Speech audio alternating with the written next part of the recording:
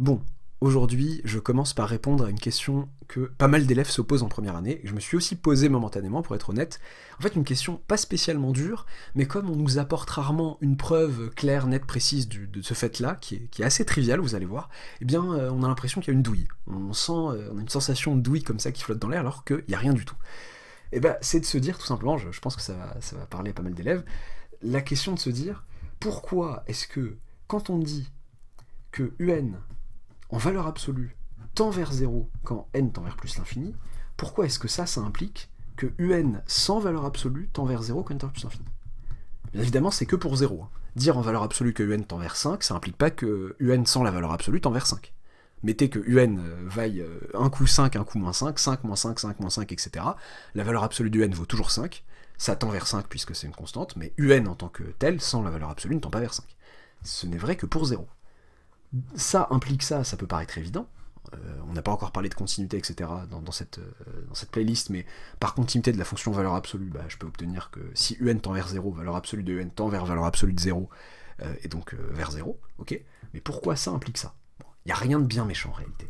Il n'y a rien de bien méchant, ne serait-ce qu'en utilisant l'encadrement, le fameux encadrement pour tout x appartenant à R, valeur absolue de x, enfin x, pardon, toujours, x inférieur ou égal à valeur absolue de x est supérieur ou égal à moins valeur absolue de x, et ben, si vous avez une suite un qui vérifie ça, si un tend vers 0 en valeur absolue quand n tend vers plus l'infini, et ben, vous savez que pour tout n appartenant à grand n, vous savez que un est compris entre valeur absolue de un ici et moins valeur absolue de un là.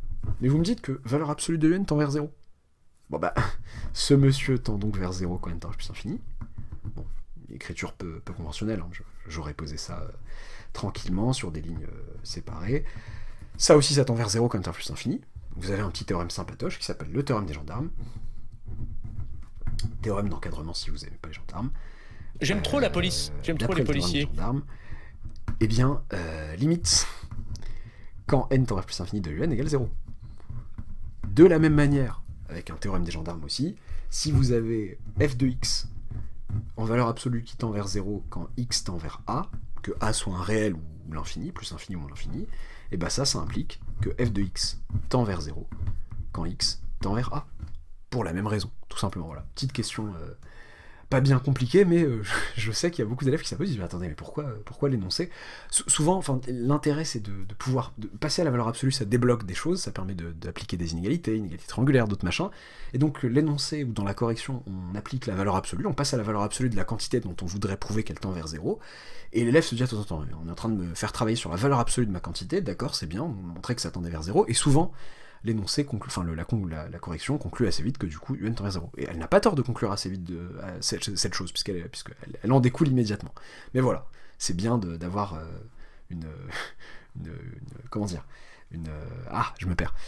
Une raison précise de pourquoi c'est vrai. Alors, j'aurais pu aussi revenir à la définition de tendre vers 0.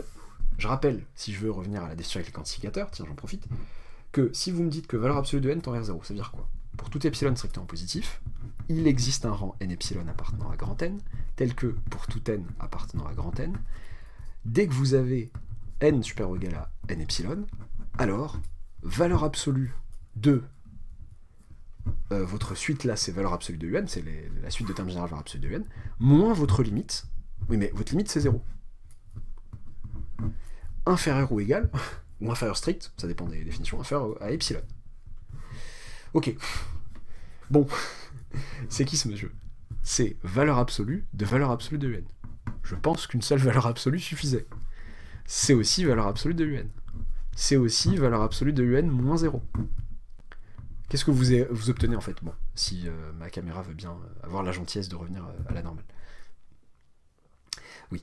Vous obtenez que pour tout epsilon strictement positif, il existe un rang n epsilon appartenant à grand n. J'aime bien l'appeler n epsilon, certains l'appellent n, n0, j'aime bien la dépendance en epsilon, tel que pour tout n appartenant à grand n, si n est supérieur ou égal à ce rang, alors, eh bien, valeur absolue de un moins 0 est inférieur ou égal à epsilon. Ce qui veut exactement dire, en revenant à la définition de la limite avec les quantificateurs, que un tend vers 0 quand n tend vers plus l'infini.